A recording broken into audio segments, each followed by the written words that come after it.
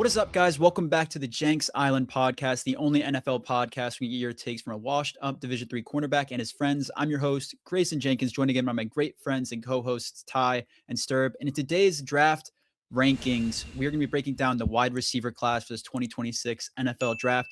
All of our other draft content is out so far. We only have cornerbacks and safeties to do. So if you guys have other positions you want to check out rankings for, make sure to do those. Go check those out on the channel. But in today's episode, we're going to be breaking down this really deep and fun receiver class. We're going to be giving 8 guys plus 2 honorable mentions from Ty that we think are really going to be playmakers in the NFL. So Ty, getting right into it, who are your 2 honorable mentions for us today? Yeah, the first one's going to be Malachi Fields. And he's a guy that, didn't have the most successful season after transferring from UVA to Notre Dame, but he is a big body receiver, 6'4", about 220. And I think, a lot of his downfall is going to be he doesn't create a ton of separation, right? And you don't love that as a receiver, but he's such a big-bodied receiver, where it translates into the run blocking game. Where obviously Notre Dame is a huge run team with Jordyn Price and Jeremiah Love probably going within the top 40 to 50 picks of this draft, right? And he gets on guys, latches on, and really can dominate as a run blocker. But his biggest success is just like as a jump ball receiver. I mean, you turn on the tape, there's so many times where obviously he doesn't create a ton of separation, but you can just throw the ball up to this guy and he makes plays. I think, a little bit better coaching in terms of just route running. I don't think Notre Dame asked him to run a ton of, different routes in the route tree. I think if he ends up at a good situation with a good receiver coach and a quarterback that's willing to just give him chances like CJ Carr was at sometimes, he can really be a problem, especially in the red zone. Like I said, he's got to improve as just an overall route runner. But, even when he does get pressed at times, I think he does a pretty good job just because he's so strong. He can manhandle some of those guys right back. So, he's just an interesting prospect and more of an honorable mention just because I like the raw, the raw prospect that he is. And I think if developed well, he can have a ton of success. 75% of his catches went for a first down, and he had like an 17.5 yards per catch. So, they're just chucking him up the ball a ton. And then our other honorable mention is just Elijah Sarratt. Obviously, he's been a guy that, kind of up and down draft boards. Started the season probably as a projected first-round pick. Now he's probably more in the second round. And his teammate is kind of overtaken him in a lot of, mock drafts. But, I think it's a lot, again, just the lack of separation. But the lack of separation for him is less of a concern for me because I think he's more of a sudden route runner than Malachi Fields is, right? I think Malachi Fields is just a big body guy, run down the field, catch balls.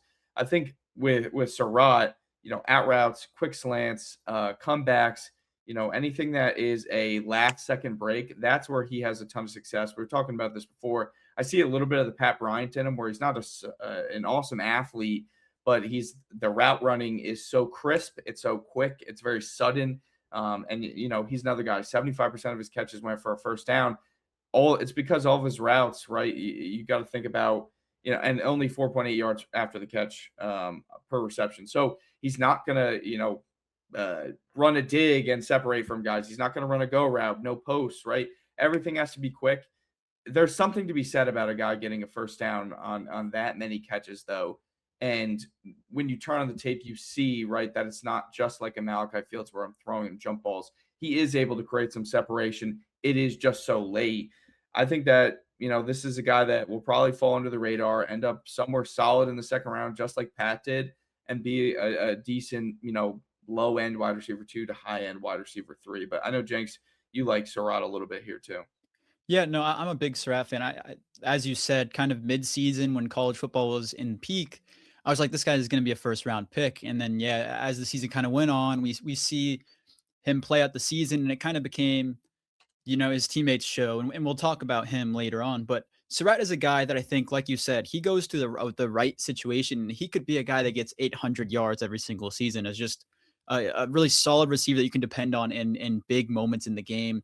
Pretty sure-handed, and like you said, the first down conversation, we were talking about this before we started recording.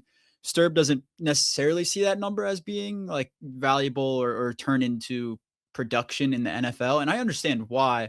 But I would say that I think that there is value to it in the fact that he knows where most of the times I feel like he knows how to get open on short down scenarios or in the red zone. He finds openings in space and he gets open well in that situation and is able to be dependent on and have sure hands in those moments to get the first down or touchdowns. Like he had 15 this season. So he's a guy that you can depend on it in the red zone and for a first down. So I think he's a big chain mover, and I think that's a positive thing. Yeah, but Sturb is that. Yeah, sorry. I was gonna say the Sturb pushback as I'll well. give. Yeah, the pushback I'll give there, and I didn't watch I didn't do like a full eval on Sarratt, but when you're doing first downs per catch, that's automatically skewed to having first downs, especially a guy with a higher ADOT and is used as a goal line threat.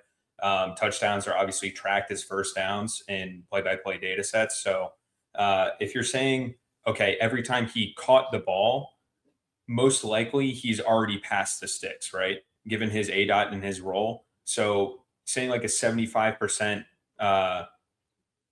first down per catch rate doesn't really mean a whole lot when you're already biasing it towards the catch. You want to look at something more like first downs per route run. But I feel like ADOT adjusted. Isn't it valuable to be able to get open past the sticks versus having to rely on like factor, right? It is. I go to this guy consistently to get first downs. It's not about, the route running necessarily. It's about, I know that I can go to this guy when I need to get a first down and he's going to get it every single time, right? Like you watch, when you turn on the tape, they go to him in short down situations like Jenks mentioned, because they know that he's shorthanded. They go to him in the end zone because he has the ability to separate late, right? Like they're not throwing him jump balls in the corner. It's, post that he's able to kind of give a little shakeout and be the guy inside.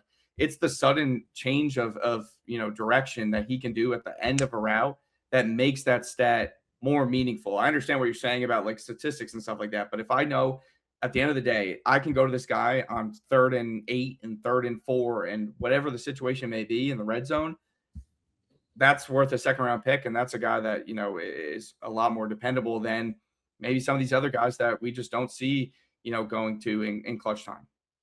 I understand that, but what I'm saying has nothing to do with Sarratt as a player. It's first downs per catch versus first downs per route run. There's nothing that's innately positively captured that's not positively captured in first downs per route run that's captured in first downs per catch. Because if you throw a guy on 3rd and 10, he's 12 yards down the field and he doesn't catch it and it's right on him, that does not impact his first downs per catch. It only impacts his first downs per route run. So my problem is really only with the metric. Fair, but I mean, when you put context to it, I think it makes a lot of sense in this scenario. Yeah, that's what I was saying. I think if you put context to it, and again, I did do a full eval on him, but like that stat and like yards per catch is another one that like I don't typically like because like that's fair. A lot of these guys, you might look at this guy and like you see people misusing analytics online. And they're like, oh, this Tutu Atwell guy, like every time he catches the ball, it's 17 yards down the field. Why don't you just throw it to him more? Well, he doesn't get targeted that often and he doesn't come down with the ball that often. So using yards per route run is something a little bit better. But again, that's context with Tutu, right? Anyone that knows football knows that Tutu Atwell is a deep threat and he's not, anyone that says that. I understand that you guys are using context for it, but I'm saying like the general population, I've seen a lot of these numbers very poorly misused, especially during draft season. So you're just saying the general football population is using statistics wrong. I get it. Yeah, I get it. Yeah, maybe I should do like a tier list of different metrics. That might be like a fun video idea. Sturb, like, you gotta just the nuance to these statistics is over my head. So you just gotta go out when we're gonna have a Sturb analytics episode, just going out and maybe let's tier rank different stats. I think that would be pretty good. Anyways, moving on from the honorable mentions here to number 8 on our list, Sturb. Who do we have? Yeah, we have Ted Hurst here. I think he came in as number 7 for me, personally, which is why I'm covering first. At the combine, he weighed in at 206 pounds, measured in just under 6'4", just under 33-inch arms, 155, 10-yard split, and a 4.42 40-yard dash. Obviously, this guy is coming from a lower level of competition at Georgia State, which is like a big knock on him. If this guy was, playing at a power conference, I may be comfortable taking him in the first round, given that all the tape would hold up and everything. But this guy's just a great vertical route runner. I think when he's chewing up space at the stem, is able to, sink his hips on comeback routes, on deep digs, whatever it may be. I think he's super, super fluid there. Some cons against him, obviously the strength of competition. I think he didn't play through press immediately at the line of scrimmage very well. I think if you get hands on him, it tends to really kind of slow him down. And another thing, which I'll talk about with these guys against specifically press coverage, because it's a hot topic for wide receiver prospects. His releases are a little slow at times. They're twitchy, but they're very, very slow. He kind of has like that TikTok sort of release to him. And when you're playing at a smaller school, maybe you can get away with it. And you're obviously the best player, but you go to the NFL, I don't think you're going to be able to get away with that. You're not going to be the one on your team. The timing is just going to be that more paramount in an NFL offense, right? So that I think he can, get pushed off the line a little bit, and he's not the strongest player, but I think once you get him going, he plays at, his play speed is very, very good. I don't think it's quite that 4.42, linear type of straight line speed, especially when it gets in to yak opportunities. But I think he plays at one speed very, very well and accelerates to that speed pretty fast. So if you want like a vertical, kind of ball winning X receiver, kind of like a Diet Coke version of a guy we'll talk about later on this list, I think Ted Hurst is going to be like an awesome round 2 target for a lot of teams there. Yeah, I really like Ted Hurst as well. I had him at number 8 on my list, and I know some people are gonna be like, "Oh, he's a third rounder, and he should be a little bit lower." I have him above Sarratt, Fields, guys like Chris Bell as well, who a lot of people are higher on. I think Ted Hurst in his situation, he's extremely raw, and I'm taking that into account when I have him at number 8. I think he has the potential to be a true after the catch threat like Pickens, in a way of he's so quick with the ball in his hands that he can just make guys miss, and he's gone. And then in addition to that, there's times where he plays ridiculously to his height, at where he can go attack the ball or make a one-handed catch, things like this, and go catch the ball at the highest point. But then there's other times where he sort of lets the ball come down, things like that. If he can play to his height more, I think this guy can truly excel if he ends up in the right situation. He can be a true steal. So I did have Ted Hurst at number 8 for that reason. I just think he has the talent. I just want to see him translate it because he's raw at this point. So once he gets NFL coaching, I think he's there. Yeah, raw is just so tough to take in like a top 8 receiver, especially when you're now going to go against 10x the talent that you were going against. So, that's why I watched a little bit of him, and it just wasn't enough to crack my top 8. Production for me against higher level talent is so important, That's fair. especially at the wide receiver position. And with his frame, his frame scares me a little bit too, right? It's 6'4", 200 pounds, small frame, small school, now Not going strong. against bigger, stronger, Yeah, he's faster, not the not strongest guy. strong at all. I think for me, it's just definitely a concern of how well is he going to be able to adjust the NFL game. I will also say, I think he had a really solid Senior Bowl performance, and I think that will bump him up the board a little bit in front of like NFL coaches' eyes. So I think that that's a true advantage for him. But we'll see on draft night sort of how NFL coaches are valuing that.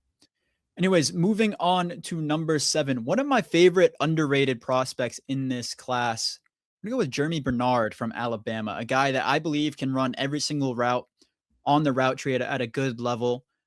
He has incredible hands, body control of a contortionist. You see him make numerous catches where he has to contort his body, but he still is able to control it, where he can make the catch, get 2 feet in bounds if necessary. He runs routes with great pad level consistency, and I think it keeps DBs guessing. He's very underrated as a ball carrier. There's numerous times where he gets the ball in his hands, makes a couple guys miss. Against Georgia, I believe it was, he had a ridiculous touchdown that he made multiple guys miss, made it to the end zone. And I think that was an SEC championship game too, which is even more impressive. And we talk about, competition level with a guy like Ted Hurst, who wasn't playing at a good level.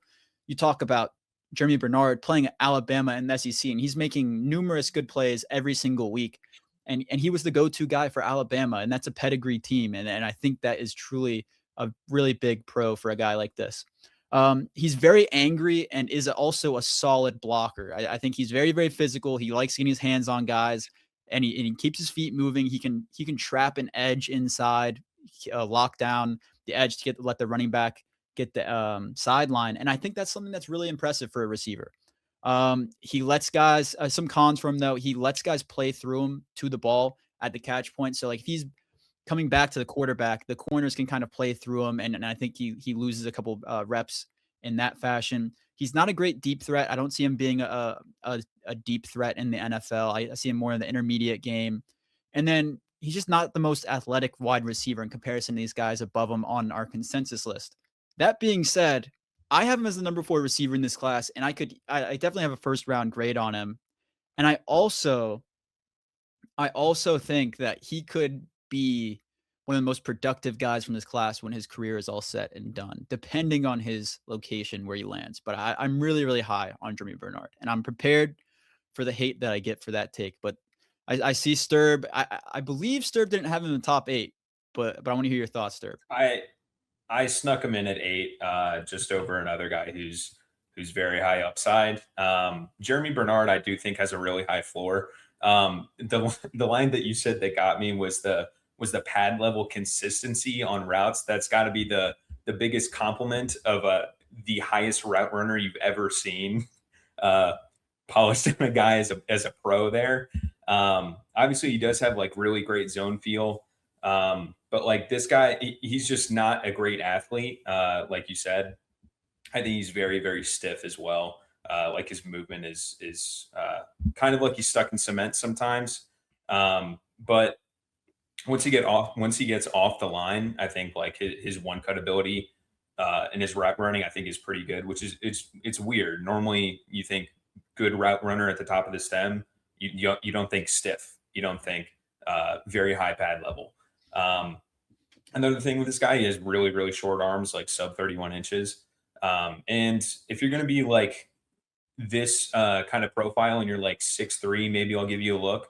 But I want to say he was just over 6'1" at the combine.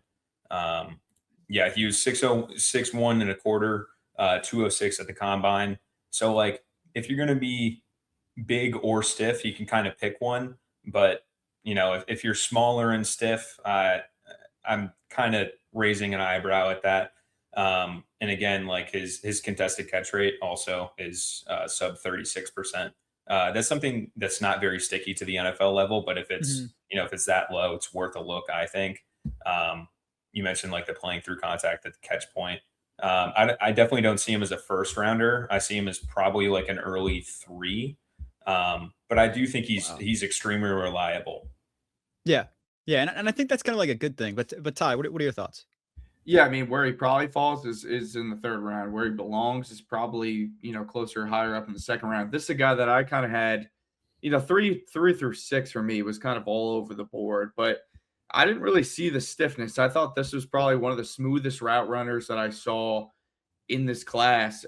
Just the movement looks smooth. After the catch, I think he's, not the most athletic guy, but he's put the foot in the ground.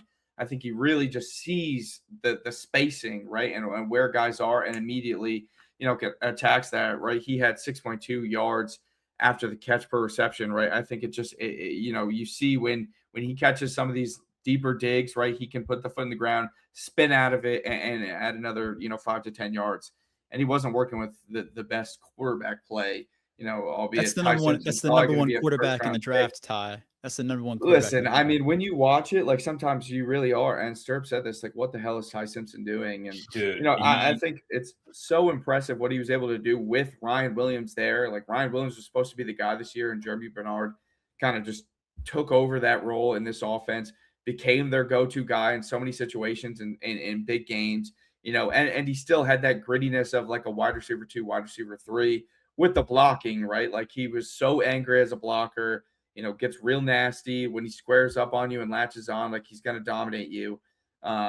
listen, this is a guy that I think it's definitely going to be situation dependent, where he ends up, like most receivers, right? But I think that this guy, because of his smoothness, I think he's a really good hands catcher. I know it's not as much about the contested catching, but he's not a guy that's going to catch the ball with his body. And I think there are a couple other guys in this class that are more body catchers, and that concerns me. So, the arm length and those things. I mean, if you watch the other episodes, it doesn't really concern me with at all. The only thing that concerns me is your frame, and I think he's got a decent frame. So, yeah, this is a guy that for me, could be all the way up at 3. I have him at 6, but it was just really hard, where to put some of these guys because there's just little things that differentiate them. And I think for me, it was just he's not the best athlete that, dropped him down a little bit. Speaking of number 6, Ty, who we have at number 6 on the list? Yeah, Omar Cooper Jr., the other Indiana wide receiver who kind of, overtook Elijah Sarratt as the guy in Indiana and the guy in this draft class from Indiana as the season went on. Reminds me a little bit of Deebo Samuel. Just I feel like, the more I watch the tape, I try to avoid, comps, but sometimes I just see it in the movement and the usage. I think, probably one of the better route runners in this class. The way that he attacks corners with such square shoulders really doesn't give away the route. And then everything after that is so quick twitch, right? Whether it's in, whether it's out, whichever way he's breaking, he sells routes really, really well. Great hands. If anyone remembers the Penn State game, I mean, he made that absolutely absurd catch. And, when I watch Mendoza, I see what Dano was saying in the first couple games of the season, because Mendoza was just putting this guy in terrible situations and he had to make some really, tough acrobatic catches. Obviously, Fernando got better as the season went on. Ty Simpson is not the best quarterback in this class. But, I think it was good for honestly, for Omar Cooper's stock having to, have a quarterback that wasn't as consistent to start the season. And it kind of showed off his, his whole contested catch ability, his range as a receiver for a smaller guy, can catch anywhere outside of his frame. I think he's very effective in the yak game. Is yak. He's probably one of the best yak receivers in this class, 7.2 yards after the catch per reception. So, you see a lot. That's where the Deebo comp kind of comes in, right? Where he's able to break tackles, spin out of tackles, just take advantage of space, kind of like Germie Bernard, but in a more physical way. And it was very interesting how they used him kind of early on in the season, more so. But against Illinois, they were using him almost like an H-back in motion, and he was kicking out defensive ends, sticking his nose in interior gaps as like a pulling, almost like a pulling guard, but in that motion sense. And, I think he's pretty good at blocker on the outside, but it was just interesting to see that they were able to utilize this guy who was more of a slot, 80% of his snaps, I think, came out of the slot, utilize this guy as almost like an H-back. And they have a fullback on that roster. They were able to use him as a stick your nose in the dirt. He was kicking out big defensive ends consistently in that Illinois game, and they ran the ball all over Illinois. So I think that just tells you how tough of a guy this is, how physical he is in the pass game and then in the run blocking game. This was another guy that I could see being all the way up at 3. He's easily a first-round pick for me because I think the route running is just, through the charts, and then he's just such a physical guy.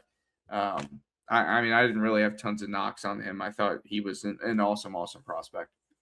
STERB, what are your thoughts on him?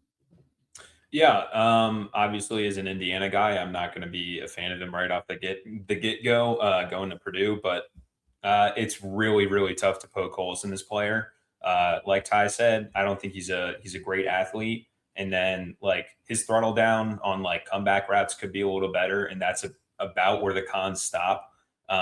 He's just a great yak weapon and great zone beater. I don't think he's as strong as Deebo, but I think the deployment would look pretty similar. But honestly, this guy, like Ty said, I would be very comfortable taking at the end of the first round. I want to say he was, in missed tackles forced. This is of all wide receivers drafted since 2018, I believe. He's 98th percentile in missed tackles forced, and that's including the FCS guys, the D2 guys who have a ridiculous missed tackles forced, right? So he's about as good as it gets from like a prospect in the past, 8 years that we've seen, right? So I think he he has like superpower attributes that are not going to like jump off the page in terms of like contested catchability or, you know, quick twitch as a route runner, or like quick speed off the line. But I think he's going to be super, super useful wherever he goes. And I don't really see a scenario where this guy getting the right coaching staff doesn't kind of pan out and make him at least a useful player.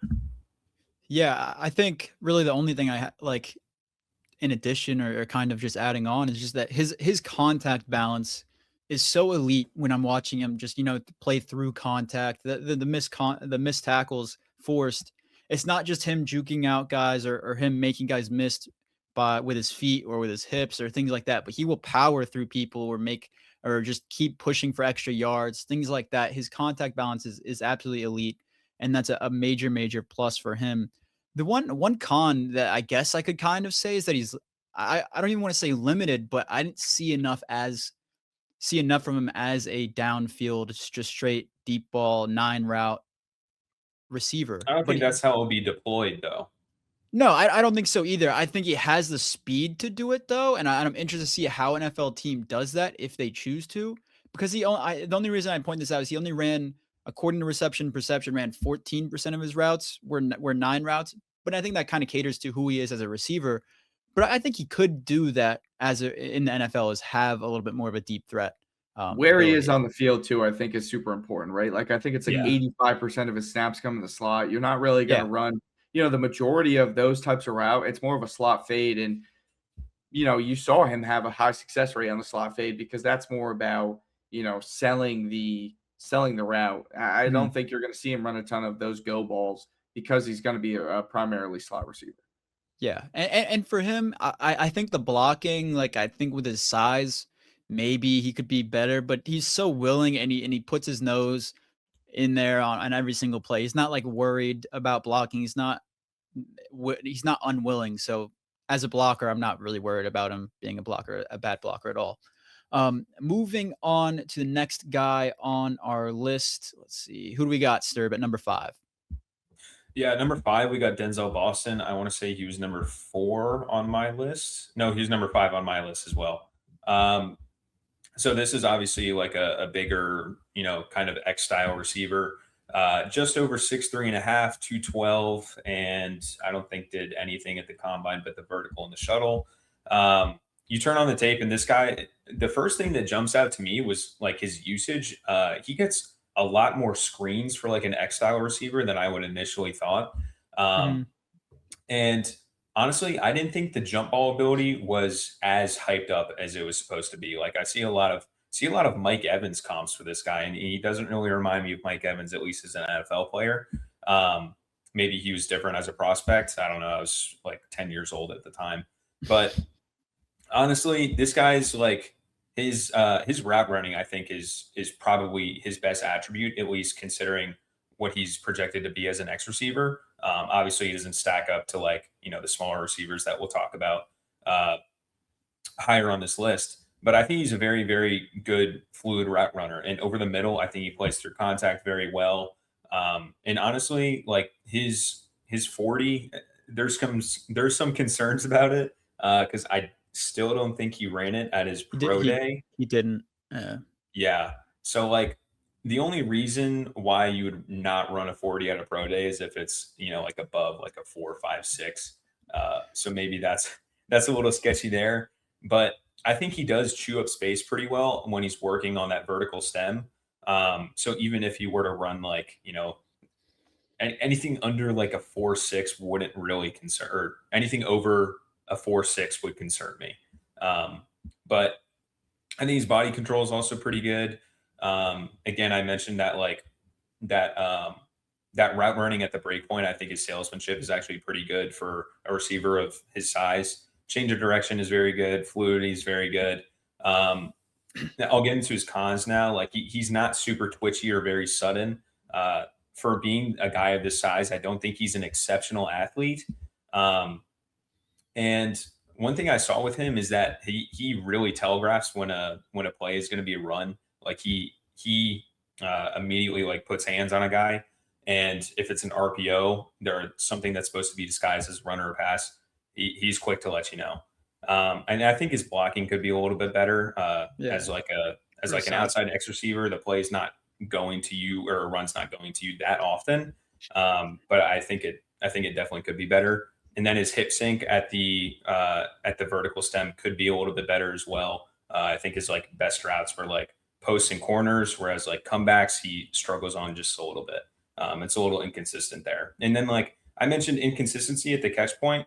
I don't see that a lot when I'm reading scouting reports and listening to profiles of this guy. I would like to see him attack the ball a little bit better and shield out contact a little bit better in jump ball scenarios. Over the middle, I think he does a good job of, shielding defenders out, shielding linebackers out that are trying to, come break on the ball. But when it's like a true jump ball, I thought he was a little overplayed in that aspect. I didn't see like that, like 90th percentile, like, oh my God, this guy's just going to come down with the ball that I've, been led to have known in this draft class. But I like him as like a late first. I think, I used my 5. You guys had him at 5 and 7 respectively. So I like this guy a lot. Ty, what are your thoughts on him? Yeah, poor man's Courtland Sutton was what I got out of this guy. The way that he attacks the jump ball, very similar to Courtland Sutton, where he tries to trap it against his chest. Courtland is more aggressive when it comes to the jump ball, but it is that similar. I'm not going to go up and snatch this. I'm going to go up and trap this. And with Boston, it didn't work out a ton. I saw multiple drop jump balls. Now, granted, his quarterback is garbage. Demond Williams is one of the worst quarterbacks in Power 5 conference, or Power 4, I guess, conference football. But, when the opportunities were there, he wasn't taking advantage of them. I thought he was a little stiff overall. I think the route running, it's just very vertical. It's not, the sinking isn't there. I thought that it's surprising that he didn't run the 40, because I thought that his game speed wasn't terrible. Part of it, I think, is because he's so long, right at 6'4", it could be deceiving. I thought his game speed was solid, and I think that showed up. He would win on go routes. He would win on crossing routes. And sometimes he would win on some of those comebacks just because he's so long and a bigger frame that it's hard to, it's almost like you're boxing out the guy behind you. You're not really winning on separation. You're just winning on pure size and position. And the blocking just needs to be far more consistent for a guy that is that big. So, with how big he is, it was just so disappointing to turn on the tape and see, the production. And I understand that some of the production was, hampered by, his quarterback. And I just want to put it out there too. When I watch these receivers, right, I'm not watching when Jordyn Tyson plays Northern Arizona. I'm watching the big games. I want to see them compete against the best of the best, against the best talent. I watch in Iowa and Ohio State and Oregon, right, with these Big Ten guys. So when he doesn't show up in some of these bigger games, it does lead me to question a lot of things. Courtland Sutton went in the second round. I think he could go in the second round because he has some of the potential as just a bigger body X receiver. And there are flashes at times. It's just got to be far more consistent. And you're not going to start coaching hands catching into this guy either. So, yeah. See, I feel like I think he was solid as a hands catcher. I think he had in the red zone, at least. I think he had some ability. Yeah, I think it's inconsistent. The biggest knock for him that I've been seeing is his separation issues, things like that. But I feel like he was separating at a decent enough level for a guy his size that I'm not like, a lot of people are comping him to Keon Coleman. And I don't think it's anywhere near that bad with the level of separation. And I will say this. They don't even look like the same player. Yeah, I don't like the comp there at all. I think it's coming because a lot of people are like, oh, Buffalo's going to take this guy, and he's going to be another big body receiver that doesn't turn out for them. Yeah, like in my eyes, I think one of the biggest pros that I saw with him is that he's drawing so many pass interference flags because he's making a corner miss on the first move. They get grabby. And in college, you can be even a little bit more physical than in the NFL. In the NFL, you really got to be extremely disciplined with your hands as a corner and as a defensive back. And if he's making college guys really miss on the first press or miss when they're trying to collision him down the field, things like that, and they get grabby down the field, I think it's going to be, obviously the NFL is a different beast. The defensive backs are better than these college players, but it shows that he is at least making guys second guess or misjudge his routes, things like that. So I think he does have a level of route running ability that people aren't just giving him credit for. And then I will say, like, I agree with both of you. I think he's a little stiff. I think he could, maybe somehow work that out of him. But the 40-yard dash, I'm not worried about it. There's a lot of people worried about it. I'm really, Larry Fitz ran a 4.63.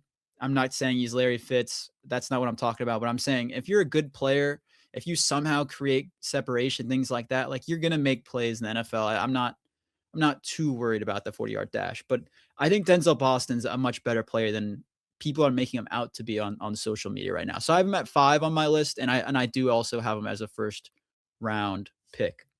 Moving on, Sturb, who do we have at number 4? Yeah, so at number 4, I have this guy all the way at number 2, and I think honestly you could argue him as the number 1 wide receiver in this draft class. I have Kevin Concepcion from Texas A&M. He's a bit of a smaller guy. I think he was just under 6 foot. Yeah, he's 5'11" and 5/8, 196 at the combine. Didn't participate in any of the drills, but I mean, you turn on the tape, and this guy has immediate juice. Like, he's probably the fastest play speed wide receiver that we're going to talk about today. Maybe only outdone by Mississippi State's Brennan Thompson, but Brennan Thompson is a small light guy. Casey Concepcion, like we talked about with previous wide receivers, and like we'll talk about with the guys higher up on our list, when you watch him play against, like, I'll just start off with like press specifically. I think to beat press, you either have to be really good with your hands off the line, really good with your releases, or just an exceptional athlete, somehow like strength, speed. Casey checks all of those boxes. I think he's super refined with his hands off the line. His releases, he has a very, very deep release bag. And if he gets a bit crafty with it, watch out, because he's probably going to put you on your ass and take your ankles. Casey also at the vertical stem, great throttle down, very loose hips. Like, this guy, his route breaks are the best of anyone that I've watched in this class, maybe only rivaled by Makai Lemon, who we'll talk about later. But the release package is just super, super awesome. The play speed is great. I'll get into the cons now. Obviously, the big thing with KC is the 11.1% drop rate, and that's only in his final season. The drop rate is, again, I don't know where I'd rank it on like that tier of analytical numbers. It'd probably be around, C to D tier. If you take his career drop rate, which I believe is about 6.5%, you look at guys who produced at like top 10 to 12 fantasy numbers, and their drop rates in college were most frequently that 6 to 7% range. So obviously, yeah, sorry, I had to throw that in there. But the drop rate, I think he definitely does have inconsistencies with, catching the ball. Sometimes he claps at it and catches it. Sometimes it kind of just bounces off of his hands like he has rocks for hands. But that's something that, like, I think is, this could be like famous last words, but I think could be fixed in the NFL. Just get this guy a jugs machine in his backyard and have him repeatedly catch 1,000 passes a day from the jugs machine, right? Another con, I think he could do a better job of consistently getting into space and finding, open spaces for the quarterback versus zone coverage. You see him do that, but another thing with KC is that he's a pretty fiery player. And if he feels like the play isn't going to go to him, sometimes he will kind of loosen up on that effort a little bit. You see that whether it's a route concept that's not to his side, he'll kind of like, this is only like maybe 5 to 10% of the plays, like maybe like 5 to 10 snaps that I watched, or probably around like 5 snaps that I watched where, he could be running it still a little bit quicker. But then when a run play is going to him, he's really going to try and put the corner on his back. And with this guy, I started watching him like right around when Matt Harmon kind of hinted that he was going to be really high on this player. And I watched like 2 games of him. He said, yeah, the profile is coming out tomorrow, but I really like this guy. And then I watched 2 more games. I was like, I don't really know what I'm missing here besides that 11.1% drop rate, which is more like 6.5, like we said. And then I kept coming back to this guy after I watched the consensus top 3 guys in this class. And I was like, he is just as good, if not better. I kept watching more and more games of him. Right after I'd watch like the top 3 guys individually, I would go back to KC, my love and joy in this class, apparently. But I just love this guy. He has the juice. He has the route running. The hands obviously need some work. And he has the technique to, fight through all different types of coverages. And we saw him play against Leonard Moore and Mansour Delane this year, and he did really, really well against those 2 probably top 10 cornerback prospects in their respective classes. So I really don't think there's a lot of holes in this guy, and the holes that you can poke in him, I think, are maybe not so sticky when we look at that at an NFL prospect level. Ty, what are your thoughts on him? Yeah, I think this is probably one of the, if not the best deep ball threat in this class, with just the ability to stack corners and then create the separation, because the long speed is so good, right? Obviously, right off the ball, like STERB was saying, he's able to quick twitch, stack the guys, and then the long speed just creates so much separation. You constantly see him having to come back to the ball because Marcel Reed sucks and can't hit a wide open receiver that has 15 yards of separation against a corner. Easily one of the better route runners. He absolutely shook Mansour Delane on a whip route against LSU. I mean, Mansour Delane was nasty. His hand was in the dirt. That's how bad it was. I mean, it was just one of the most absurd routes I'd seen scouting all these prospects. I think does a good job of coming back to the ball, right? Not a lot of receivers come back to the ball on some of these throws. Obviously, terrible quarterback, so he's got to come back to it, right?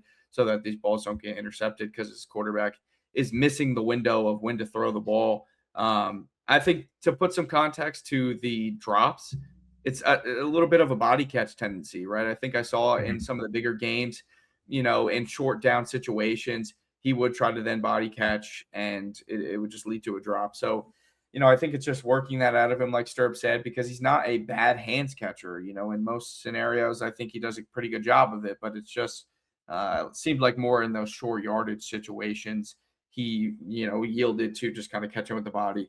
And then just the other thing, in terms of blocking, I think that he is a smaller guy. I think he's a decent blocker, runs his feet, but against bigger, more physical corners, there's a clear advantage there, right? Some of the more physical guys that he played against in college absolutely ran through him because he's not that big. So, he's a willing blocker. He's a pretty sound blocker. He tries to maintain his leverage, but just with the size, it's definitely a fault. But, you're not just drafting a wide receiver when you draft KC Concepcion. This is probably maybe the best or second best punt returner in this class. I know the Baylor kid is a really good punt returner as well, but, absolutely electric in the return game. Sees, all this, the shiftiness and the understanding of, like, just where guys are on the field and what zones to take advantage of in, after the catch.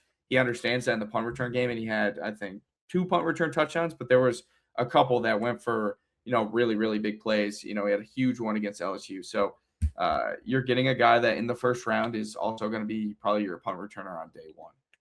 Yeah, no, we're seeing returning becoming more and more prominent as something that NFL scouts are looking for as from some of these players. I mean, we just saw Rashid Shaheed single-handedly at multiple times help the Seahawks directly to winning the Super Bowl. They probably wouldn't have won that.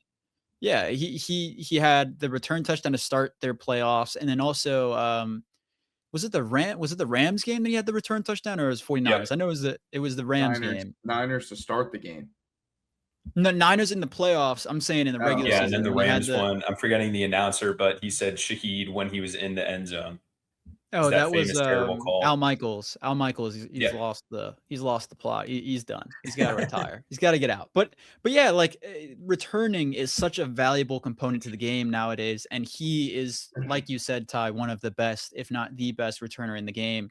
And just in addition to what you guys were talking about, deep threat wise, he wasn't even tasked as a deep threat receiver as much as we kind of believe. I mean, he ran just under 20% of his routes, the 3 deep routes, post, corners, or go routes, according to reception perception.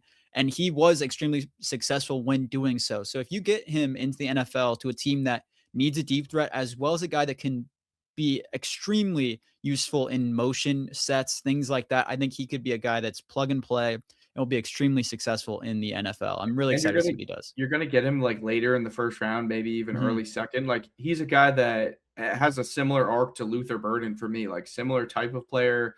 Both were a returner, both kind of just like gone under the radar. In Burden's case, kind of pushed back in the draft, but just screwed by really bad quarterback play, even though they were exceptional in terms of literally everything. Just the production wasn't, 1,000-yard receiver. Mhm.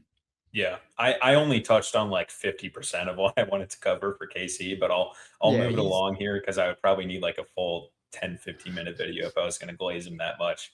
maybe Sturb. But yeah, Maybe I that's love this guy. another episode you need to do on a solo episode, Sturb. Just KC Concepcion and stats. Glaze Anyways, Glaze. Anyways, moving on to number 3 on our consensus list here, and we might get some hate for it, but Jordyn Tyson lands at number 3 on our board. Even though I think all 3 of us could kind of see him ending up being the number 1 receiver in this class because he has flashes. I know Don't put me in there. Ty is lower than Sturb and I on Tyson, but he's a guy. He had a 34.2% target share for his team, which is an extremely high number. So he has the pedigree so far to end up being like a high target share guy in the NFL.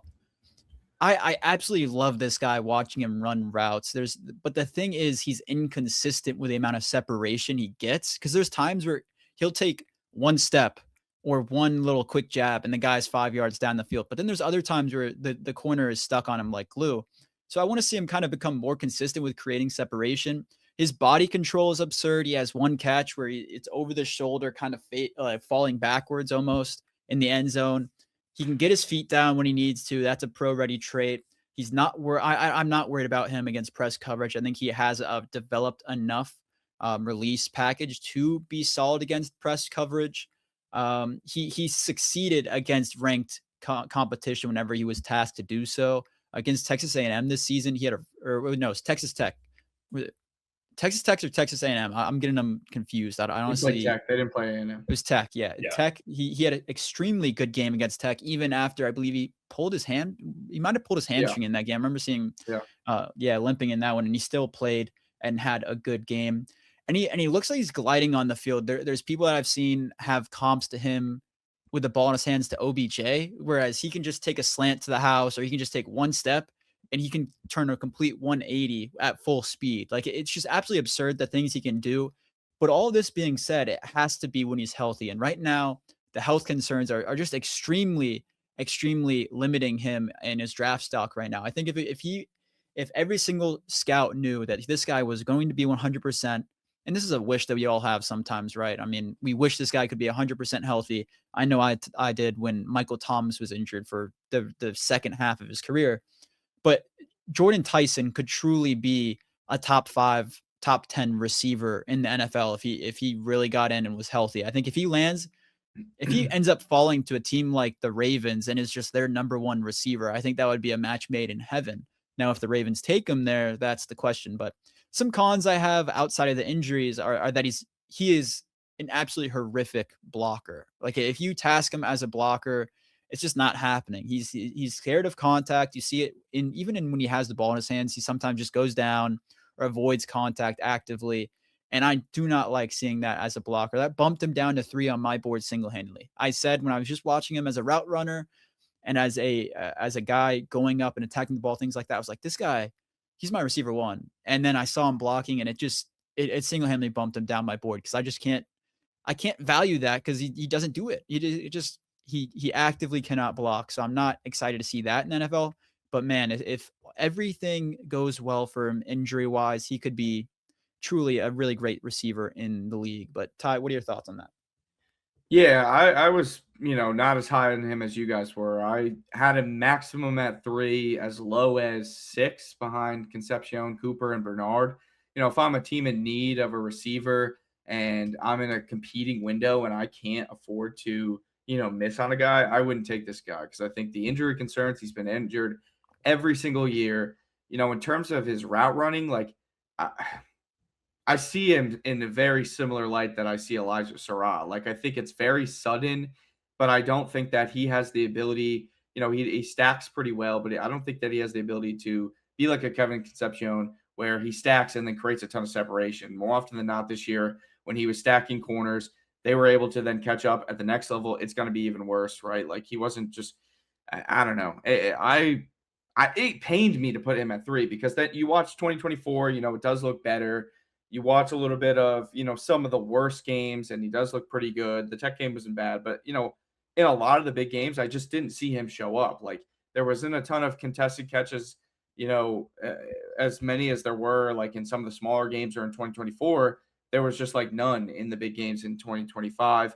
Some of the bigger corners, like Mississippi State's corners, gave him some fits sometimes. I don't know if that's because he's just a bigger target himself or if it's just because I don't think he's like I think he's a little bit limited speed wise in terms of like, long speed. I think he's just a quicker guy. And like you said, he's a terrible, terrible blocker.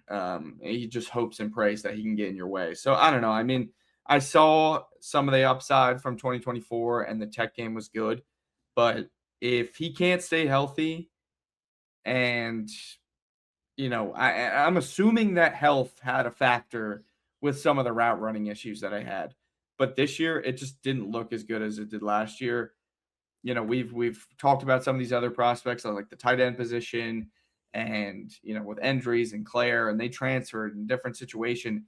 He was in the exact same situation with the exact same quarterback. He didn't get hurt until well into the season. I mean, I know Levitt wasn't as good as he was in 2024, but it just wasn't it wasn't the same player in my eyes at all. So, have him at 3 because I think there's the upside to be the third best receiver in this class. There's also the downside that you take him at 6 if you're the Cleveland Browns and end up in, picking at 6 again next year. So I didn't love it. It really pained me to put him at 3, but, I know you guys are a little bit higher on him. STERB, what are your thoughts? Ty, where would he be if he's completely healthy? Like clean bill of health, no injury concerns. I mean, I put him at 3 now. Like I think 3 is that ceiling for me is 3 with no injuries and with what I saw. I think the 4 with maybe some injuries. It was very close between my 3 to my 6. Like he was started at my 6, right above Denzel Boston. Watched 2024. I said, okay, the upside's there. I'll put him at 3. I don't think he's close to Tate and Lemon. Yeah, for me, I think if he has a clean bill of health or if he plays with one hamstring like Greg Jennings, then I think he could be, the wide receiver 1 in this class. I think his movement skills are that special. But I will say his route running, I think, is a little inconsistent. And I'm sure you guys mentioned this and could go into more detail. But I knew his wide receiver coach is Hines Ward. Hines Ward was a lot more efficient with his routes. I don't know if he's kind of just giving Tyson free rein because he's that crazy of a mover. But you can kind of see that his brother plays basketball in more aspects than one. A lot of the moves that he used and a lot of the setups that he used are very similar to, a crossover or between the legs and getting to the lane in basketball. He runs routes a bit high. He did this early in his career, but he kind of was able to sink his hips and, break at a lower, pad level in 2025. And as you guys probably know, that puts a lot more torque on your joints. That's how you get soft tissue injuries. If you run super, super high, you're not going to fake out the defender, but you're also at less risk of being injured, right? So once he kind of put that new stress on his body is where we saw him get injured. So I'm a little skeptical there. Another thing I don't think you guys mentioned is that he's a pretty bad yak player, I'd say. He kind of handles the ball like a loaf of bread, and he gets brought down by the first tackler a lot. I feel like we're ragging on this guy, but he would be my wide receiver 1 probably if he was healthy. You see his use of rocker steps and his route running on outs, and you immediately get why he could be the best wide receiver in this draft. A lot of the early comps before he got injured were to like a Justin Jefferson or like a Stephon Diggs in terms of the route running. And I do see those flashes there, but it is a little inconsistent. And I think you could work that out of a guy, but if he's not going to be able to train, if he's not going to be able to, play on the field, if he's constantly in injury rehab, then I have some reservations. So he ended up at 4 on my list. And I think all of these top 4 guys, I think, are in definitely a tier for me. And then Boston at 5 is kind of in his own tier. But I did like Tyson when he was on the field. But like you guys said, there's more than one way to poke holes in this prospect besides the injuries. And then you add the injuries on it. And it kind of just decreases your confidence a whole lot. I think you get wowed a little bit by like, what Jenks was saying with like some of the smoothness and, the sudden short route, route ability. Like if Elijah Sarratt was like more of a smooth player, like maybe we would be looking at him the same way. Cause the Jets thing and even the Stephon Diggs, like especially Jefferson, like I really struggle with that because the long speed and the separation on like deeper routes, it's nowhere even close to what Jefferson can do. Like Jefferson loses guys for 20-yard separation, right? Like consistently, he has the ability to stack guys in short distance, but it's that long speed that really, really concerns me. No, I mean, I get it. I'm so curious. I think he has a pro day on the 17th. I think he's going to go out and do routes. He's not running a 40, I don't believe, but I think he's doing routes. We already know what the routes are going to look like. I mean, it's whatever. He's going to get pushed up draft boards. Everyone's going to be like, "Oh my god, look at this!" He'll be His back. hair is moving so much. Draft. Yeah, we'll see how and it goes. Routes at the pro day, like again, like STERB said, we know he's a quick twitch guy, but you're not going to address the concerns at his pro day. And like you said, he'll probably go at like 6, and we'll see. I think he's going later than that. I think he's going later. I think he'll probably go. Cleveland's gonna pick, I think, one of these 3 guys. But that being said, Ty, God help that guy. Number 2, Ty is our resident USC fan on the pod, even though there's a Tar Heels sign in his background there. Tar Heels basketball. Exactly. Basketball. Football is the USC team. Ty, what are your thoughts on number 2? Yeah, I had him at number 1, and I've pretty much had him consistently at number 1 since like midway through the season. Just watching so much of this guy, one of the most dangerous player in the open field in this class. I think Concepcion surprised me how good he was, especially as a punt returner. I think it shows off more as a punt returner. Lemon, though, brings almost that Concepcion understanding of just spacing and, the shiftiness in space, and pairs that with Cooper's physicality in space. Lemon is a really packed guy, shorter, 5'11", I think 195, very compact guy, similar build to think like Jamar Chase, JSN, right? They're 6 foot, 195, shorter, more compact guy. He brings the power. He's always constantly fighting through, through tacklers, just like Omar Cooper does. He has the ability to be so shifty and just make guys miss with his jukes like Concepcion does.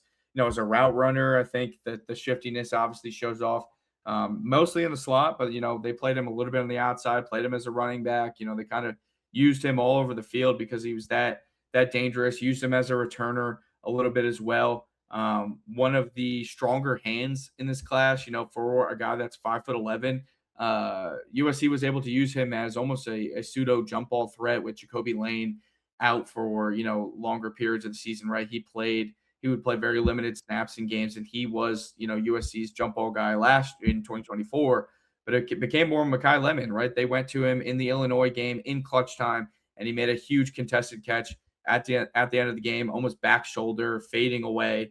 This is a guy that he plays bigger than his size, right? In terms of the ability to break tackles, in terms of, making catches, contested catches, a home run hitter in the screen game, right? He took tons of screens, turned them into big plays because of the shiftiness, the yak ability.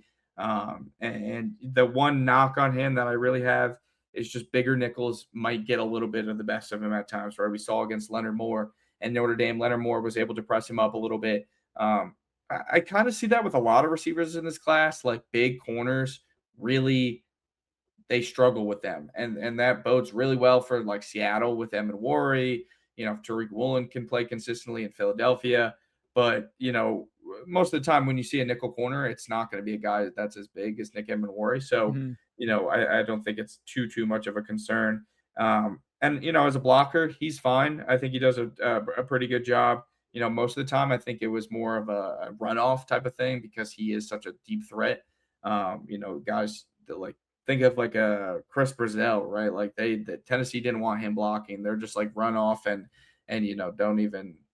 don't let the cornerback think that this is a run play at all. But I think he did a pretty good job of, just using his speed to, and using that as an advantage in the blocking game. But he's just not, he's compact, but he's not he's not a road grader of any means. But none of these receivers are, except for the next guy I think is the best blocker in this class. But, Shifty, probably the best route runner in this class, in my opinion, and the best in space. I mean, I don't know, I could be biased, but I've seen a lot of other people also have Makai Lemon as the number one guy. I think, the way that I feel about him in this class and probably where he ends up is very similar to the way that I felt with JSN back in, 2021, 2022. I felt like JSN was far and above the best receiver in the class, but he ended up falling in the mid-teens to early 20s, I think it was, to Seattle. I think Makai Lemon probably ends up in a similar situation where I think he falls in the teens and he probably falls to a good team. And, he may just end up being the better receiver because he's in a better situation than Carnell Tate, who ends up in Cleveland, or Jordyn Tyson. But I think with him and Tate, it was very close to me, but I think Lemon just a little bit more shifty. So that kind of gave me the edge on that. Yeah. Lemon here, his production is absurd. 3.13 yards per route run is just absolutely absurd. He's an elite route runner, does a great job of recognizing where there's like holes in the coverage, things like that to get open. Him and his quarterback are on the same page a good amount because he does a good job of like if he's running a corner and he knows that there's a safety that's going to be able to jump the corner if he runs it like a normal one. He'll cut it out, not short, but he'll angle it so it's a little bit more towards the line of scrimmage than the actual corner like it normally would be. Like he does a great job of just recognizing how to put himself and his quarterback in good situations. He's really fun to watch after the catch. But my biggest cons from him and why he's at number 2 is just that he's just undersized and I can see it on tape. Whereas like with other guys that have come into the league recently that are undersized, I mean, we comp him to like JSN, like you were saying, Ty. Like JSN doesn't look nearly as small. Makai Lemon looks like a 12-year-old on the field, even in college. And when it's just an absurd knock because he's the same size. Helmet. Yeah, I just don't same size as some of these receivers. So I don't know what to say. I don't know what to say. Like he looks like he's than the 2 best receivers in the NFL. It just looks like you guys. He's got a big helmet. You know, it's like the aesthetics. The memes, like the memes are like they. You're 5'7". I'm 5'9.5". Okay, let's not air that out on the pod. 5'9.5". I'm not one of those people that'll be like, I'm 5'10", round up. No, 5'9.5". I'll stick to my height. But anyways, short kings stand up. Anyways, that being said, while you rag on a guy who's 5'11". Hey, I'm not ragging on him. I'm not ragging because I believe he's the number 2. You just called him a 12-year-old. I think he looks like a 12-year-old against college. What are you, 9? Yes. So what would you look production. Like? Huh? What would I look like? I mean, I would die. Too.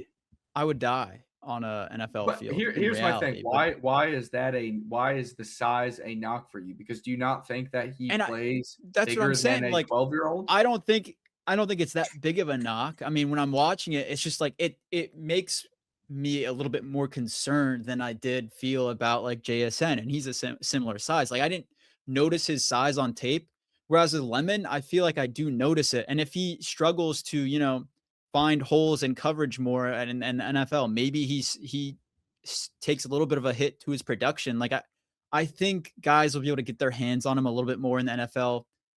Bigger, faster, stronger corners are going to be able to keep up with him. But I do like by no means do I think that he's going to be bad because of his size, and I think he does absolutely play a bigger than he is. Like some of these jump balls like the catches he makes are absolutely absurd. But another thing that I didn't really like was I don't even know, like his 40, the way he was running. I feel like his Achilles are They're like finding bound. anything you can His do to not have Achilles, this guy at number one. There are holes you can poke in him. You're doing a his terrible job. his Right now. Achilles. Well, this is my point. Is I don't think there really are any cons to put it. Like I think these top three are a level above everyone else, and I don't think that there's actually Germie Bernard is in the competition for making it into the top three. There's two No, I'm kidding. guys, and then there's He's a third. below him, but the top three here, it's just they're a level above everyone else, and then the cons are all kind of grabbing at straws for I think all of them except for Jordyn Tyson's blocking. His blocking is horrific, and it needs to be talked about more. But Makai Lemon, I'm just worried about him against press, against bigger corners and more physical corners that are going to be able to get hands on him because I think his strength is lacking. In addition, like I The just think, only guy who pressed him all season is going to be a top 10 pick next year, and it was like twice. That's the problem. and that's the problem. Like he I haven't faced- seen enough. I haven't seen enough He from But I'm faced saying the only guy who 61 snaps successfully of press pressed man. him. I mean, sure, but I think that he is going to face more in the NFL if he's taken as a receiver one. Like if he's going to somewhere that's going to need him as their receiver one, which I don't see necessarily happening. How I think he'll often are probably you seeing guys pressed in the slot? Okay, so Especially a here, let me guy ask you. with Let me my- ask you. If Pass you me think the he's rock. Pass me the rock. if you think he's a Yeah, slot let's tie, STERB, because you're if you think he's a slot, is he worth it? 1000% a slot. So you would limit him to a slot because I'm He's just gonna mostly asking play this. slot. What does JSN mostly play? Okay, I'm the fine with slot. that. I'm just asking because I see people saying like, oh, he could also be out wide. I mean, yeah, I'm he just did. curious on your take there. USC used him all over the field, right? And you can in the NFL at the next level. But if we're in a 3 wide receiver set, where do I want my shiftiest, best route running receiver Mhm. against their nickel corner, who 9 times that's out of fair. 10 is their third best corner? No, that's absolutely fair. This is STERB. What are your thoughts? Yeah, kick STERB the wrong. All right. So I want to hear what he says. Now that the argument is over there, I come from the ilk that I think he can play inside and outside a little bit, especially now that we're seeing more 12 personnel and 2 wide receiver sets. I think Mhm. he's going to kind of have to be that if you take him where you want him, Ty, in the top 10. I think he can do it. I don't think you're limited to where you play press man inside versus outside. If I'm a defensive coordinator, if you're bad against press man, I'm going to play press man against you. And bigger nickel may be able to do that better than a smaller corner. But press man honestly doesn't really get played as much as everyone thinks in the NFL. We see a lot of this like discussion around wide receiver prospects. Can you beat press man? Can you beat press man against a long corner? It's not really that often. Makai Lemon, we mentioned that he didn't face press man that often. I believe 61 snaps in his entire career were against press man, and 20 of those came against Leonard Moore. So like there is some area for concern there, but also Leonard Moore, great cornerback prospect, like we mentioned against KC Concepcion. My boy KC fried him, but we won't get into that. Another thing that I see with Makai Lemon is that like he can separate off the line. Like I think his release package is probably the best and most effective.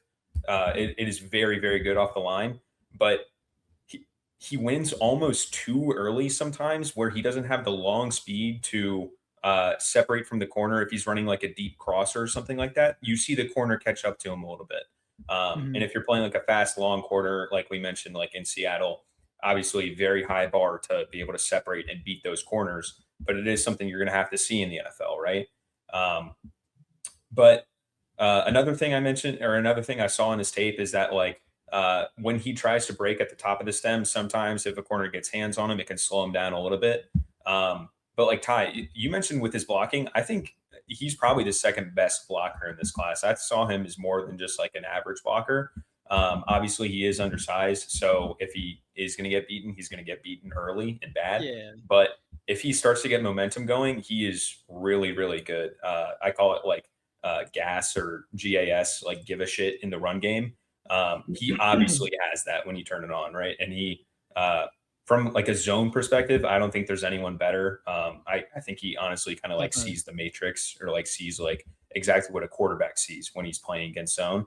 I don't know. I think there's a lot of disparity in the opinions in this player.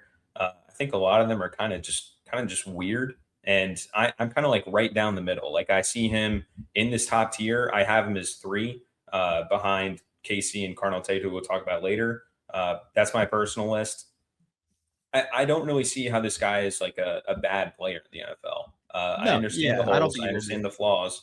But I think, you get some questionable Twitter accounts out there that are like, here's his contested catches, and here's why he was actually bad during this game. And it was his Iowa game. If you remember that game, his contested catches were insane. But that same account is also tweeting out that Chris Brazzell is Randy Moss. So we're not listening to them very much. They also had wild take wide receivers listed as Y position last year.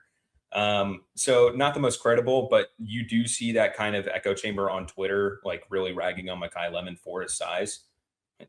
He's not that small. Like he's not like 5'9" or anything. Sorry, Jenks. Sorry, me.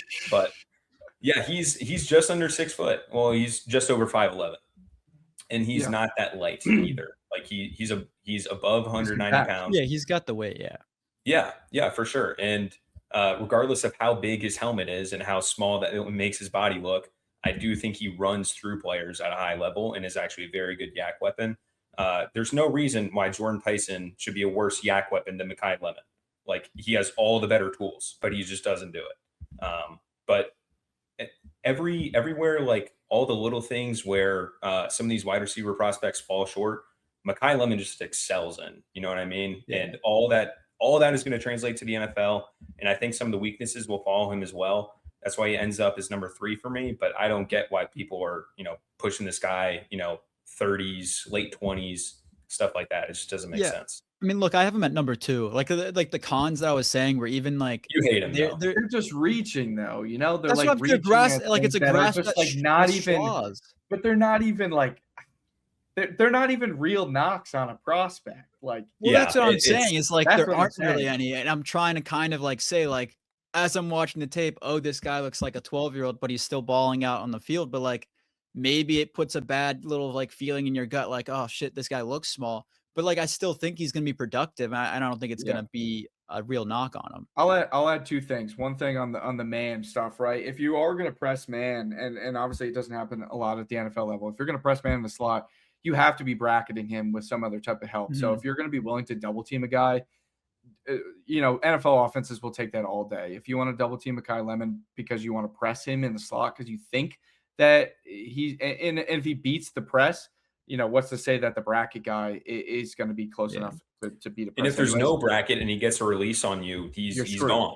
Yeah, this is exactly what I like. The whole people think that corners play exact perfect press man every rep in the NFL, and it's just not what happens. And you don't press in the nickel, you don't press in the slot. Like you press on the outsides, you press from the slot, like in the red zone, but you don't press. Your corner's not pressing because most of the time teams put their best route runner in the slot, so you're not going to press that guy. You need to, you're going to play off and bracket anyways, but you're not going to let him beat you immediately off the line. The other thing, he had the same stat line against Notre Dame as Casey's Concepcion. So that's what Ekra does for Seattle over there. He's a route runner from the slot. Yeah. What is that? Way worse quarterback. Who? Sam Darnold? Or are you saying what? No, I'm saying Marcel, bro. Yeah. You guys lost him at the Notre Dame. 25% off target. We're talking about Concepcion and Lemon's stat line. Listen, we're both just glazing our guys. All right. Yeah. I have your guy at 3. You have my guy at 4. Well, let me talk about my guy at number 3, 1. and then Tyson. You guys said watch 2024.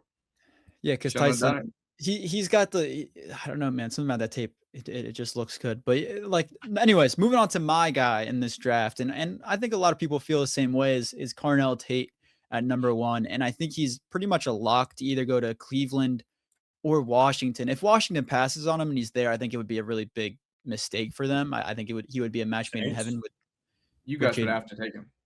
Yeah, I think the Saints would take him if he's there. But This guy, he's a great downfield threat, has the willingness and aggression, physicality to be a good run blocker. He keeps his feet square and moving while blocking at a relatively consistent basis. He avoids collisions when crossing the field at a high level, which I really like to see. Is that he's aware of the people trying to get their hands on him, get physical with him, and he'll avoid them while still being able to keep on his route.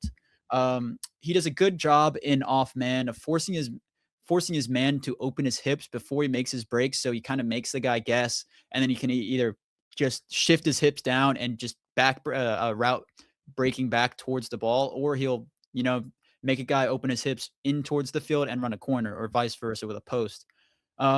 His length and size is incredible, and I think that really does play into him being a red zone threat in the NFL, as well as just being an over the middle threat in the NFL as well. He knows how to find soft spots and coverages. He's elastic at the catch point. He can adjust well. We've seen numerous times where he was underthrown on deep routes, and he makes a play on the ball behind him. And he does a great job seeing his hips and decelerating. Cons for him, I want to say that I want to see him accelerate quicker to start on the play. I think he kind of, it takes a little bit of a time for him to really get to his full speed. Another thing I want to say is I feel like when I'm watching him on tape, I feel like he has to sink his hips or sink his shoulders every single snap. It feels like he's starting high and then he comes down low on every single snap. I want to see if that maybe gets fixed when he gets to the NFL. And then I think in the very limited amount of times that we see him get pressed because he has Jeremiah Smith on the other side of him, or like corners are playing off or he's off the ball, I think that at times you can see him get a little bit in trouble against press, but I want to see him, once he gets to the NFL. We didn't see that too much. I want to see how he adapts to that in the NFL. But I think Carnell Tate by far is my favorite prospect. And I could say that Makai Lemon is right there next to him, but I think Carnell Tate's size is a true advantage and my reasoning for him being a step above. But what are your guys' thoughts on Carnell Tate?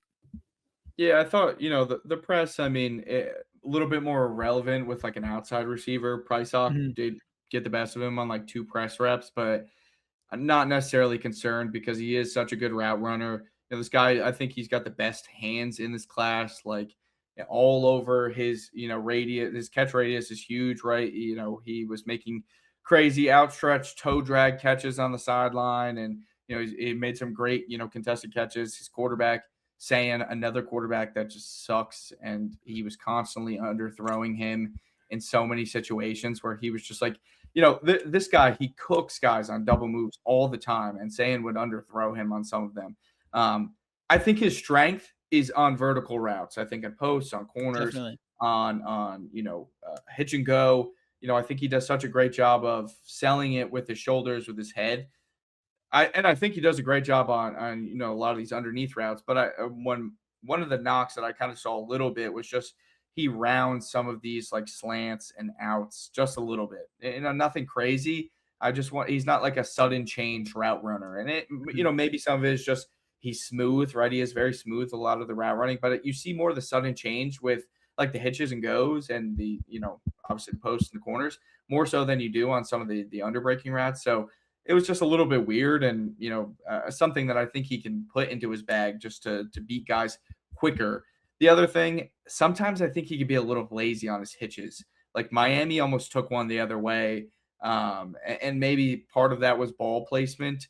But he kind of like slowly rounded his hitch, and one of Miami's corners almost broke it. But you're nitpicking at so many small things that this guy, he does so many things so well. Like I said, the best hands in this class, great route runner, really understands the biggest thing. I think he understands zone and spacing so well, but the scramble drill, Julian saying, there was several times where he would have to break the pocket and Carnell Tate would just kind of settle or, break off of his route and almost go in the total opposite direction of, if he's running an in-breaking route, Sayan breaks right, then he kind of puts his foot in the ground and breaks with it. I think he, was the go-to guy in scramble drill a lot. So this guy, he's the best receiver in this class, for a lot of people. I think I just like Lemon a little bit more as a prospect because of the twitch, but you're picking out straws with this guy who does so many things so well. And he was the wide receiver too. The production that he had with Jeremiah Smith on the other side is so impressive. And, like I said, I'm not a big Julian Sain guy.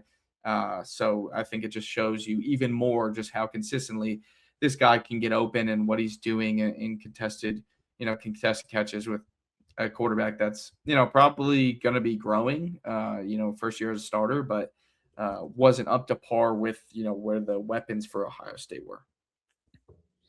STERB, what are your thoughts?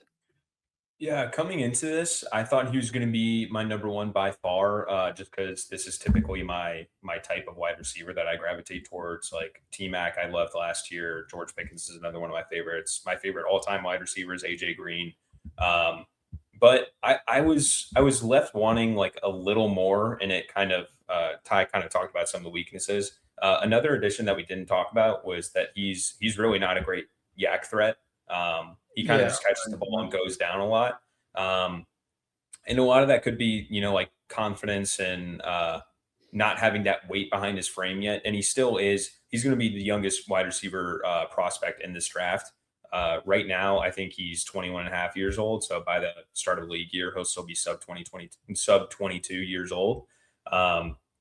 So yeah, I would like to see him play through contact over the middle more. And you kind of see him, kind of second guess those like quick slants as well, where he kind of, starts to round his route before he breaks. Like Ty mentioned, I do think his strength is absolutely on the vertical plane, and that's going to be most of what he's running at the NFL level. But I do want to kind of see some versatility if I'm going to take you in the top 10 in a typical draft. I think I would take him top 10 in this specific draft, but he doesn't stack up quite to those like Jamar Chase's, Malik Neighbors, Marvin Harrison Jr. as a prospect, quite up to those guys. But I do really like this player.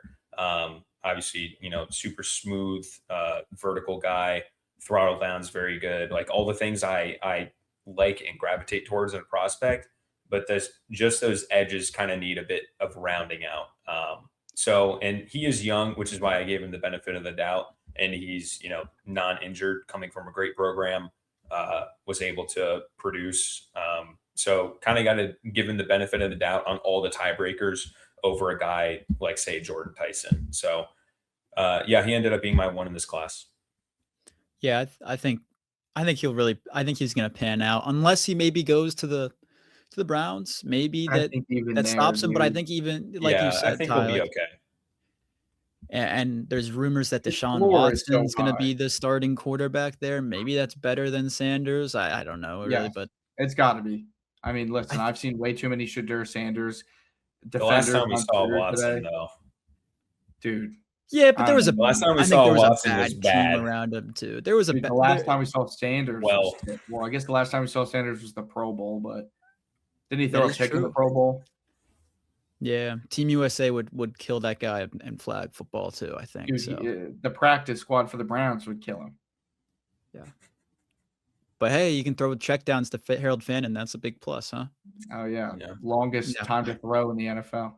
Yeah. Do you guys have any fun comps for this class? I dropped a few. Lemon was JSN, Concepcion was Burden, Boston was a poor man's Cortland Sutton. Mm-hmm. And I think I had one other one. Oh, Cooper was Debo. Gotcha. I saw a lot of people comp Carnell Tate to like potentially Pickens, but I didn't really see the after catch ability there. My problem always with this is we always want to comp players who had a very, very good year before. Like we see the JSN comparisons. I see that with Lemon. I don't see Pickens with Carnell Tate at all. Yeah, I don't see it. Comping a player to Pickens is very, very hard to do. Pickens, honestly, not that great of a technical route runner. He's gonna get open regardless, and it's gonna look goofy, and then he's gonna make you look like a fool at the catch point. But seeing that in any other player is just the Tate one. Just feels like a reach. Like you want a comp. Like a comp should come so naturally when you're watching the player. Like okay, kind of reminds me of this. Like that really just feels like these are two good receivers. I heard to me, he was like, oh, go ahead. So Nick Underhill kind of said that he could see Germie Bernard being a Willie Snead type guy where he's just like extremely consistent for. That's our goat. Yeah, That's Broncos our coach. coach. Sturm and I know about that. Was he? Yeah. He is coaching for the Broncos now. That's right. He's like a quality Yep. control or something like that. But yeah, like he's Jenks a guy. and I watched really him fun. win that roster spot. Yeah, at training Ball camp. State.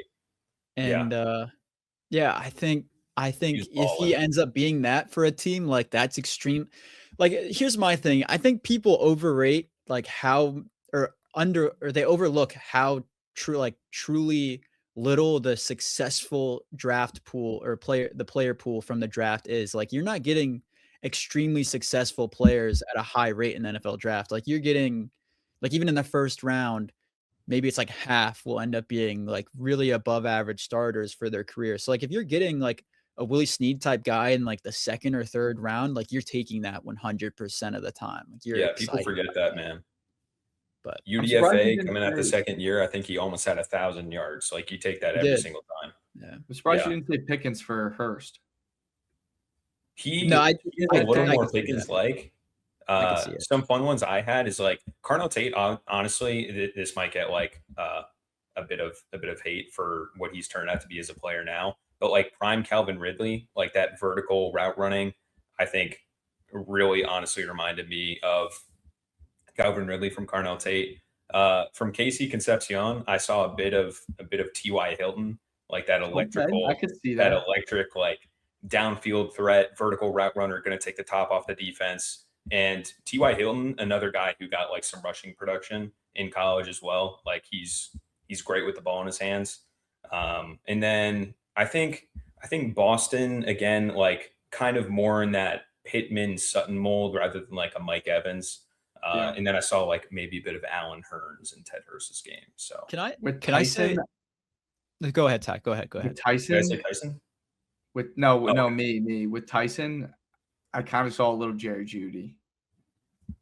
A little bit. It's on that spectrum I where it's like, understand it. is he CeeDee Lamb? Is he Jerry Jeudy? You know what I mean? And he was more Jerry Jeudy to me. Yeah, he's. Which I I really did don't love know. because I know a lot about Guys, Jerry Jeudy. this is Jerry Jenks. Judy's year, guys. This is Jerry Judy's year. Don't worry. You still got him in Jenks Dynasty. is like bro? actually he's my wide receiver one. Cut him, He's bro. still- He doesn't. he's still belong on the slotted. roster. He still has a slot.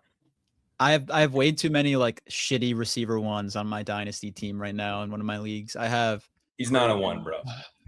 Yeah. Cedric until Tillman. Carnell Tate's on that team. He's currently the receiver one, but Until Ted Hurst is on that team and he's the one. yeah, I don't know. I Legitimately. don't really have too many comps. But let me. You guys brought up Michael Pittman. Do you guys think he's gonna be receiver one for Pittsburgh? Or do you think it's gonna be DK again? Yeah, I mean, think you know what I'm gonna say. Yeah, he hates DK. I think DK fits the mold of more of like a wide receiver too, just the way that he plays. Like Pittman is your go-to guy, I think more in I think that sense. He could have a really big fantasy value this year, especially if A-Rod comes back and him and Pittman get on like the same page. Like if he's like, oh, I can get this guy to, respond to my hand movement and run a slant versus a go on this route. Like, do they? And I mean, he could be Pittman really makes good. Metcalf's life so much easier. I mean, look what he did for Alec Pierce, Definitely. right? Similar type of a receiver where it's like a bigger body, deep threat type of a guy, not a great route runner in any turn, in any sense. Like, I think DK could have a good season, but Pittman, having more consistent quarterback play, if he can stay healthy too, I could definitely see it. Anyways, I think that's it. Everything we got. Did you guys have any closing thoughts at all? You have any? No, Let I me just say- really like this class. Yeah, I this think class is loaded. This class it's so much fun. My 1 through Wide receiver class. Yeah. Wide receiver class. what did I say? Not the class in general. We Pretty all big said class, just yeah. the class. Yeah, We got to specify. I got you. My bad. Yeah, no, I think this receiver class is just very, very. I think it's pretty deep. I mean, it's deep, and I would say it's much better. Like I would put 1 through 7 on my list above like Golden and I would put him above even like Burden last. I like Burden still, but as a prospect last year, I wasn't as high on Burden, but like He was I my think number Burden's two in. receiver. Burden's in for a really big year this year, but Yeah. I think this class is a lot of fun and people are sleeping on it. So I don't know, but that'll do it. Agreed. Our consensus list, just to recap, is going to be 2 honorable mentions. We had Sarratt and Fields, and then we had 8, Ted Hurst. 7, Germie Bernard. 6, Omar Cooper Jr. 5, Denzel Boston. 4, Casey Concepcion. 3, Jordyn Tyson. 2, Makai Lemon. And 1, Carnell Tate. As I said earlier, make sure to check out the rest of our draft position ranking episodes that are out so far. The only episodes we haven't done are safety and corner. And I think next week we're going to do safety. And then the week after that, we're going to do corner before the draft. And then we're going to have a mock draft the week of the draft, and then a live stream for the draft, reacting to nights 1 and 2. So keep an eye out for those. But you guys know where to check us out on social media and wherever you get your podcasts at Jenks Island. And we will see you guys next week.